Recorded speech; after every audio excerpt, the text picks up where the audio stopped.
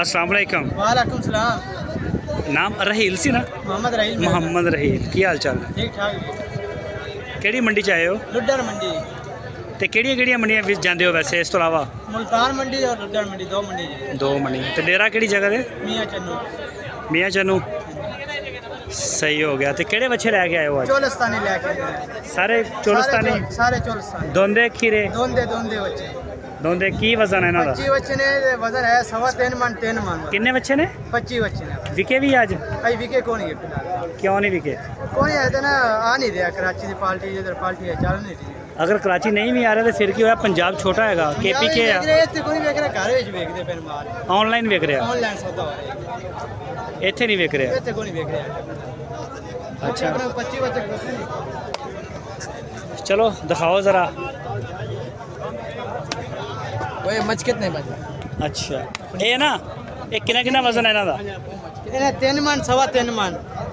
यार बच्चे तेरे हौले लगते हैं। पौने 3 मन इन्ना वजन है ये। अच्छा गारंटी ना। पौने 3 मन मतलब 2 मन 30 किलो ना? हाँ जी। सही सही हो गया।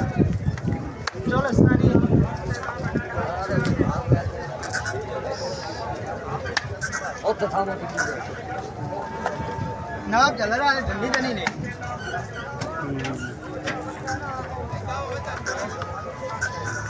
ये 25 बच्चे ने? हाँ जी 25 बच्चे।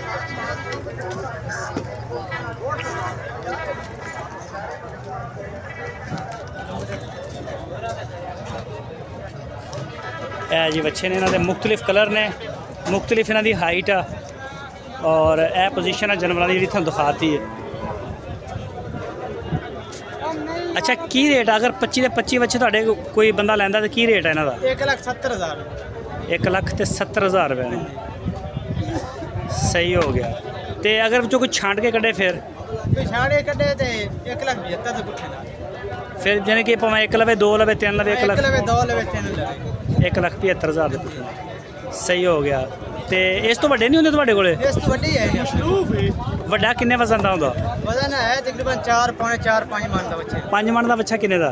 तकरीबन है 4.5 लाख का। 4 लाख का है फैंसी के हिसाब से। अच्छा कलर के हिसाब ਨਾਲ। हाँ जी।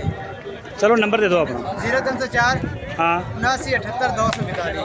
7978 242। दूसरा नंबर 0346 0346 74 74 18 18 365। 365 ये 2 नंबर ने। हाँ दोनों नंबर से व्हाट्सएप बनी हुई है। व्हाट्सएप भी है? रब्ता करना है दोनों से व्हाट्सएप बनी हुई है। सही हो गया।